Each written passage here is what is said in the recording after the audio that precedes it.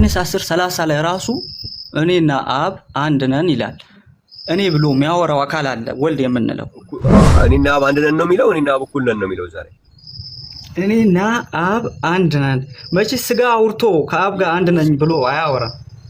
አብስ ውስጥ ላይ ካለ እኔና ስጋ አንድ ነን ብሎ አያወራም በምንም ታምር ማለት። አንድ እንዳልሆነ ደግሞ እዛው ዮሐንስ 17:22 ክፈትና አንብብ።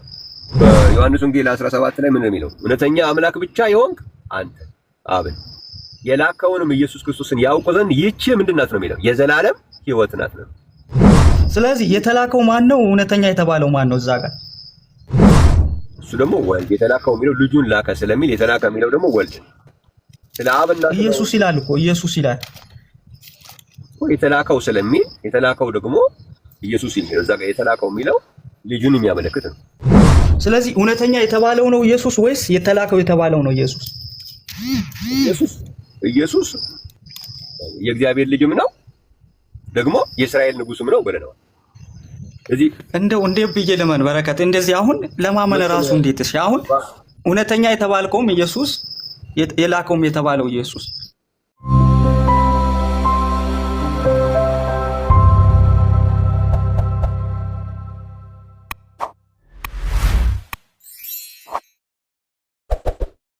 በዮሐንስ ወንጌል 17 ላይ ምን ነው የሚለው? እውነተኛ አምላክ ብቻ ይሆንክ አንተ አብን የላከውንም ኢየሱስ ክርስቶስን ያውቁ ዘንድ ይህች ምንድናት ነው የሚለው? የዘላለም ሕይወት ናት ነው። ስለዚህ የተላከው ማን ነው? እውነተኛ የተባለው ማን ነው? እዛ ጋር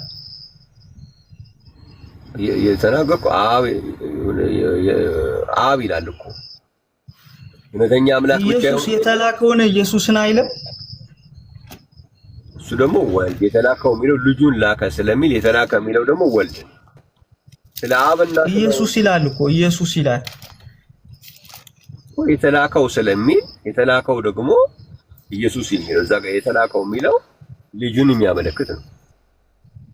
ስለዚህ እውነተኛ የተባለው ነው ኢየሱስ ወይስ የተላከው የተባለው ነው ኢየሱስ? ኢየሱስ ይሄ ላኪ የተባለው ምክንያቱም ቅድም ስናነብ ምን ብለናል? የሰራዊት ጌታ የእግዚአብሔር ልጅም ነው ደግሞ የእስራኤል ንጉስም ነው ብለናል።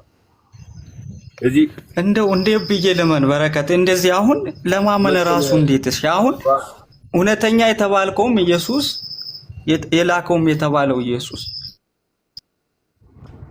ጥያቄ ከጠየቅክ በኋላ እኔ ነኝ አይደለም መልሰው እድሉን ትሰጠኝና ከዛ በኋላ ነው የምትጠይቀው እንጂ ጥያቄ ጠይቀህ አንተው ራሱ የምትመልስ ከሆነ ለምን ትገባለህ? ጥያቄ ጠይቀሃል፣ እየመለስኩ ነው ደግሞ ስማ። ላኪው ማን ነው ብለናል? አብ የሰራዊት ጌታ እግዚአብሔር። ስለዚህ ኢየሱስ በእስራኤል ንጉስነቱ አብ ነው። ኦኬ። በሰውነቱ ደግሞ የእግዚአብሔር ልጅ ነው። በወልድነቱ ደግሞ የእግዚአብሔር ልጅ ነው። ስለዚህ ስታመን አብንም ወልድንም ማመን ይሄ የዘላለም ሕይወት ነው። አብና ወልድ ግን ማን ነው? አብ የምንለው ኢየሱስ ነው በምንነቱ በእስራኤል ንጉስነቱ። ከሱ ውጪ ሌላ አምላክ የለም። ከእስራኤል ንጉስ ውጪ ሌላ አምላክ የለም። እሱ ነው የሰራዊት ጌታ እግዚአብሔር ነው። የሰራዊት ጌታ እግዚአብሔር ደግሞ ማን ነው ተብለናል? በሚልክያስ 1:6 መሰረት አብ ነው ተብለናል። ስለዚህ ኢየሱስ በእስራኤል ንጉስነቱ አብ ነው፣ በወልድነቱ ደግሞ የእግዚአብሔር ልጅ ነው። እሺ እዚች ጋር ብቻ ማለት ነው አንድ ጥያቄ። አሁን በእስራኤል ንጉስነቱ አቤል ልጅነቱ ወልድ በሉት የተባለ ነገር አለ በእግዚአብሔር ወይስ በራሳችን እንትን ብለን ነው የምንወስደው? በእስራኤል ንጉስነቱ አብ መሆኑንማ ለምን በራሳችን እንሄዳለን? የእስራኤል ኢሳይያስ መጽሐፍ ምዕራፍ 44 ላይ ሄደን ለምን በራሳችን እንሄዳለን? የእስራኤል ንጉስ ማን ነው የሚለውን ወልድም ዓለም ሳይፈጠር በፊት ነበረ ነው መልኩ በረከት።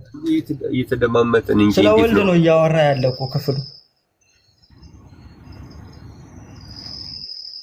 ጥያቄ ከጠየቀኝ በኋላ የእስራኤል ንጉስነቱን አብ ነው የምንለው በራሳችን ነው ወይ አልከኝ። አይደለም። ምንድነው የምናደርገው? ኢሳይያስ 44 ላይ እንመጣለን። እዛ ላይ ምን ይላል? የእስራኤል ንጉስ ማን እንደሆነ ዲፋይን ያደርጋል። የእስራኤል ንጉስ ስትል የሰራዊት ጌታ እግዚአብሔር ማለት ነው። የእስራኤል ንጉስ ስትል ፊተኛና ኋለኛ ማለት ነው።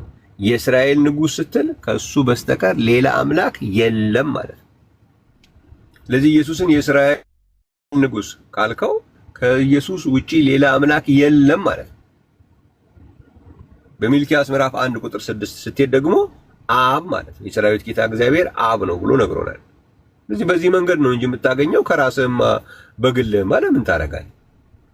ለዚህ እኮ ነው አብና ወልድ የተለያዩ አካላት እንዳልሆኑ ያስተማረው ኢየሱስ በዮሐንስ ወንጌል። እሺ እዚሁ ክፍል ላይ ልጠይቅ። አሁን ዮሐንስ 17 ላይ ማለት ነው እንዴ ሊጨርስ እንጂ እሱ ገብቶኛል እኮ ጨርሰሃል። በቃ እኔ ስጨርስ እኮ ነው አለ ከሚባለው።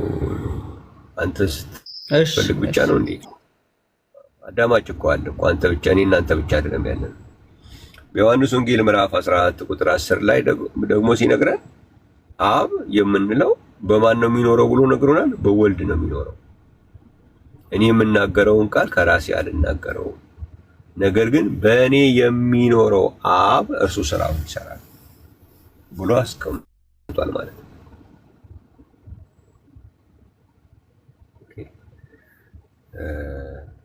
ስለዚህ አብና ወልድ የተለያየ አካል የአንዱ ኢየሱስ ሁለንተና ነው። ስለ አብና ወልድ ስታወራ የአንዱ ኢየሱስ ሁለንተና።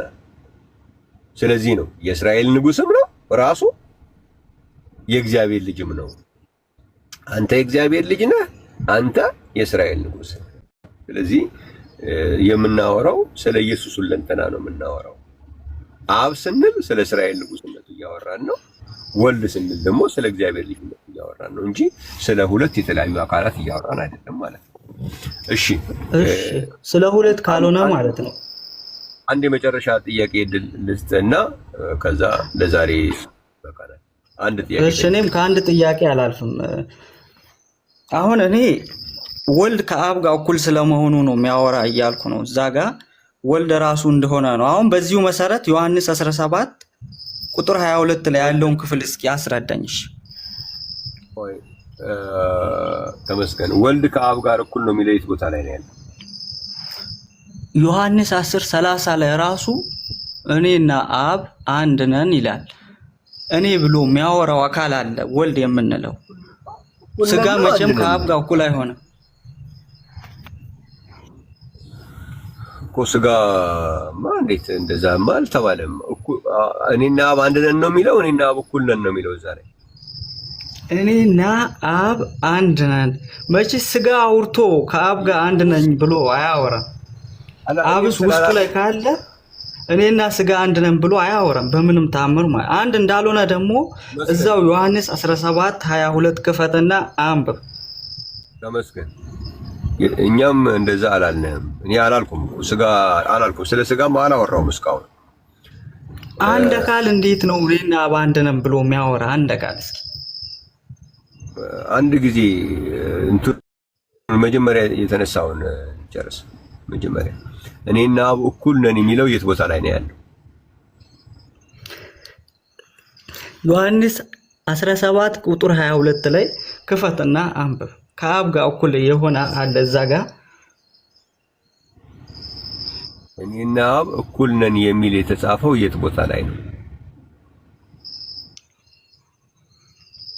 ይሄው እሺ ትቼዋለሁ። በቃ እኩል የምለውን ትቼ ከአብ ጋር አንድ መሆን የሚችለው ምንድን ነው? ተመስገን። አንተ ስትፈልግ እየተውከው ስትፈልግ እየተናገርክ እንደዛማ አይሆንም።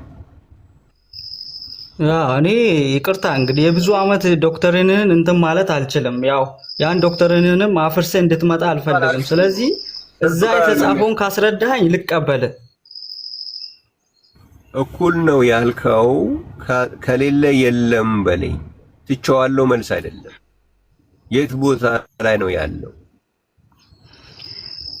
አንድ ነን ማለት ምን ማለት ነው? እስኪ ለምሳሌ እኔና አንተ አንድ ነን ማለት ኦልሬዲ ልዩነት የለም እንመሳሰላለን ማለት እኮ። እሱ አንተ ትርጉም ነው። የት ቦታ ላይ ነው እንመሳሰላለን የሚል አለ? ስለዚህ እሺ አስረዳኝ። ዮሐንስ 17:20 ያለውን በደንብ አስረዳኝና ይግባኝሽ። እኔ አብ ይበልጣል አላለም ኢየሱስ? እሱንም አስረዳሃለሁ። እሱንም ለምን እንዳለ እነግርሃለሁ ከፈለክ። ብሏል አላለም? ግን ብሏል። ማቴዎስ 24 ላይ እኩል ነንስ ብሏል። እኔና በኩል ነንስ ብሏል። ይበልጣል ብሎ ተብሎ ተጽፏል። አሳያለሁ የተጻፈ እኩል ነንስ ተብሎ ተጽፏል።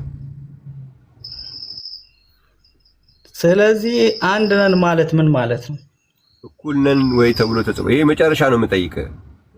ዝም ብለን አልተጻፈም። ኧረ ከምታወርደኝ አልተጻፈም። እኔ በደምብ ተረድቼ መውረድ ነው የምፈልግ። ስለዚህ ያልተጻፈ ነገር አልተጻፈም ነው መልሱ እንጂ ትቼዋለሁ መልስ የለም።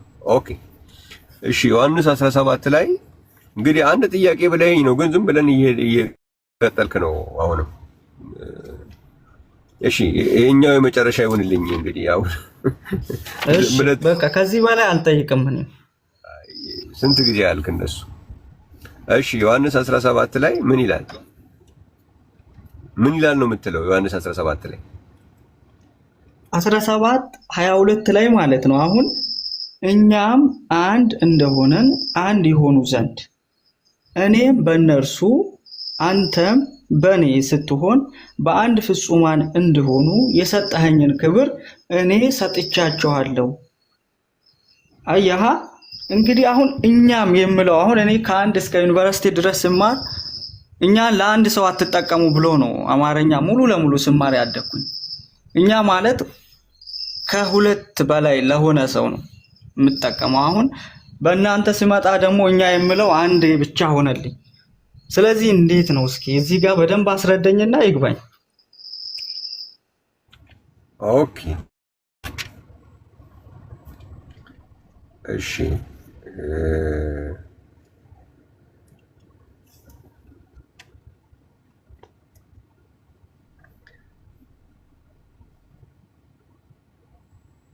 እዝራ መጽሐፍ ምዕራፍ 4 ላይ ቁጥር 17 እስኪ አንብብ።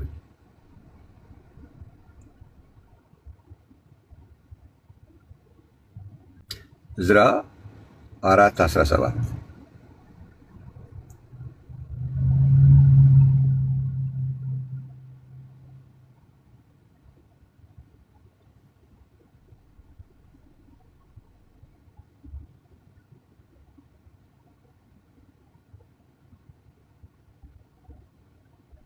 አለህ እንዴ? እዝራ ስንት ነበር ያልከኝ? 4:17 እሺ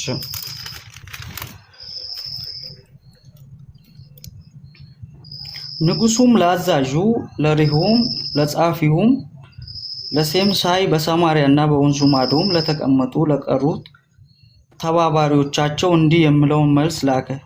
ሰላም፣ አሁንም ወደኛ የላካችሁት ደብዳቤ በፊቴ ተተርጉሞ ተነበበ። እንግዲህ እዝራ አሁን ከአብና ከወልድ ጋር ልታመሳስል ባልሆነ እንጂ አይ ከዩኒቨርሲቲ ጋር ነው እንጂ ዩኒቨርሲቲ ስላመጣህ ብዬ ነው። ከዩኒቨርሲቲ ጋር ነው እንጂ ከአብና ወልድ ጋርማ እመጣበታለሁ፣ ግን ዩኒቨርሲቲን ስላነሳ ብዬ ነው። እዚህ ጋር በፊቴ ተተርጉሞ ተነበበ የተባለው በማን ፊት ነው? ያ ንጉሱ ቆይሽ ብቻውን ነው እንደምኖር? በፊቴ ተተርጉሞ ሲል በማን ፊት ነው? በንጉሱ ፊት። ኦኬ በፊቴ ሲል ስንት ንጉስ መሆኑን ነው የሚያሳየው? አንድ መሆኑን ነው የሚያሳይ። ግን እኛ ብሎ ተናግሯል አይደለ? ኦኬ ለማንኛውም ይሄንን ያነሳውልህ ከአብና ከወልድ ጋር ላገናኝብህ አይደለም። ስለ ዩኒቨርሲቲ ያወራው ነው። ዩኒቨርሲቲ ያወራውን ነገር እሱ አንተ የተማርክበት ዩኒቨርሲቲ የቃል እንደዚህ አይነት የቃላት አጠቃቀሞች እንዳለ አያውቁም ማለት ነው። እኛ በራሱ ዝም ብሎ በኢትዮጵያ ውስጥ ራሱ ንጉሱ እንኳን ማአት ጊዜ እኛ እያሉ ያወራሉ እና ያንን አንተ የነበርክበት ዩኒቨርሲቲ ማለት ትንሽ ይከብዳል። እሱን ልተወው እዛ። ግን አሁን ወደ አብና ወልድ ልምጣና አብና ወልድ ግን አብ የለም ወልድ የለም ካልክ ብቻ ነው ይሄ ነገር ልክም አይሆንም። በዛ በአንዱ አካል በኢየሱስ ግን አብም ወልድም አለ። በእኔ የሚኖረው አብ ስራውን ይሰራል እኔ በአንተ ስሆን ያለ እንጂ እኛ ስላለ አብ ከወልድ ተለይቶ በሌላ አካል አይደለም። እኔ አንተ በእኔ ስትሆናል። ስለዚህ በአብ በማን ነው የሚኖረው? በወልድ ነው የሚኖረው።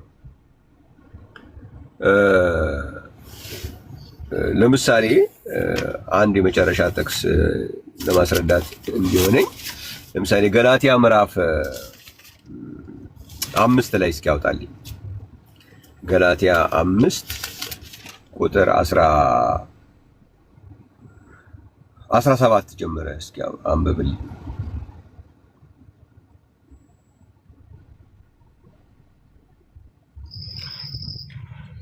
ነገር ግን እላለሁ በመንፈስ ተመላለሱ፣ የሥጋን ምኞት ከቶ አትፈጽሙ። ሥጋ በመንፈስ ላይ መንፈስም በሥጋ ላይ ይመኛልና እነዚህም እርስ በርሳቸው ይቃወማሉ። ስለዚህ የምትወዱትን ልታደርጉ አትችሉም።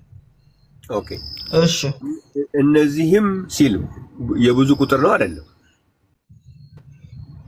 የብዙ ቁጥር ነው። እርስ በርሳቸው ሲል የብዙ ቁጥር ነው አይደለም? የብዙ ቁጥር ነው። ይቀዋወማሉ ሲል የብዙ ቁጥር ነው አይደለም? ነው። በስንት አካል ነው ግን የሚኖሩት? መንፈስና ሥጋ ግን በስንት አካል ነው የሚኖረው?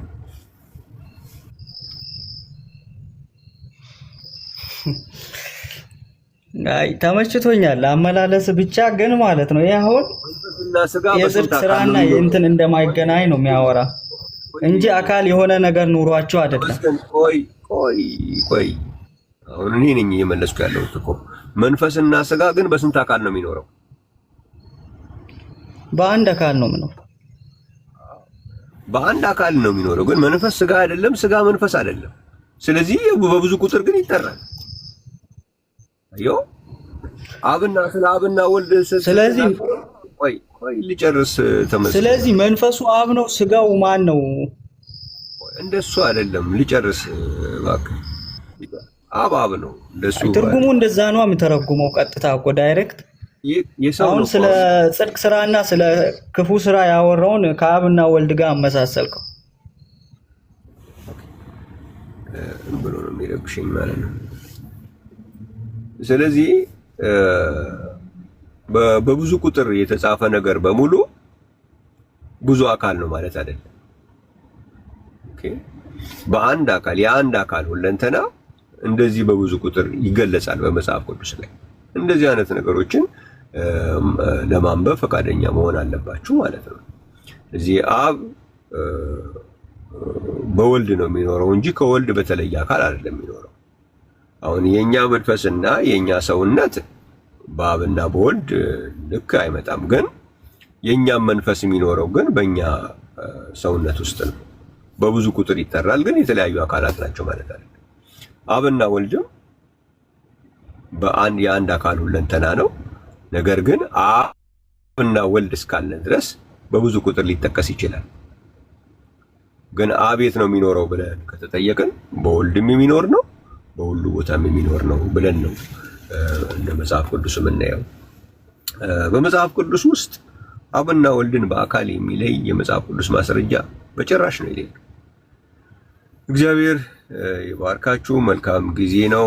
አንተንም በጣም አመሰግናለሁ። ጥሩ ጊዜ ነው የሰጠህን። ረጅም ቢሆንም ጥያቄ የሄድንበት ርቀት ግን ስለነበረን ጊዜ በጣም አመሰግናለሁ። በርታ። በሌላ ጊዜም ብቅ በል ለማለት ፈልጋለሁ ማለት ነው። ተመስገን። እሺ ወገኖቼ በጣም አመሰግናለሁ። መልካም ጊዜ ይሁንላችሁ። ወንድሞች ወገኖች፣ ይሄ እውነት የገባችሁ እግዚአብሔርን ብርሃን ያበራላችሁ በጣም እድለኞች ናችሁ። ጌታ ኢየሱስ ከሁላችን ጋር ይሁን።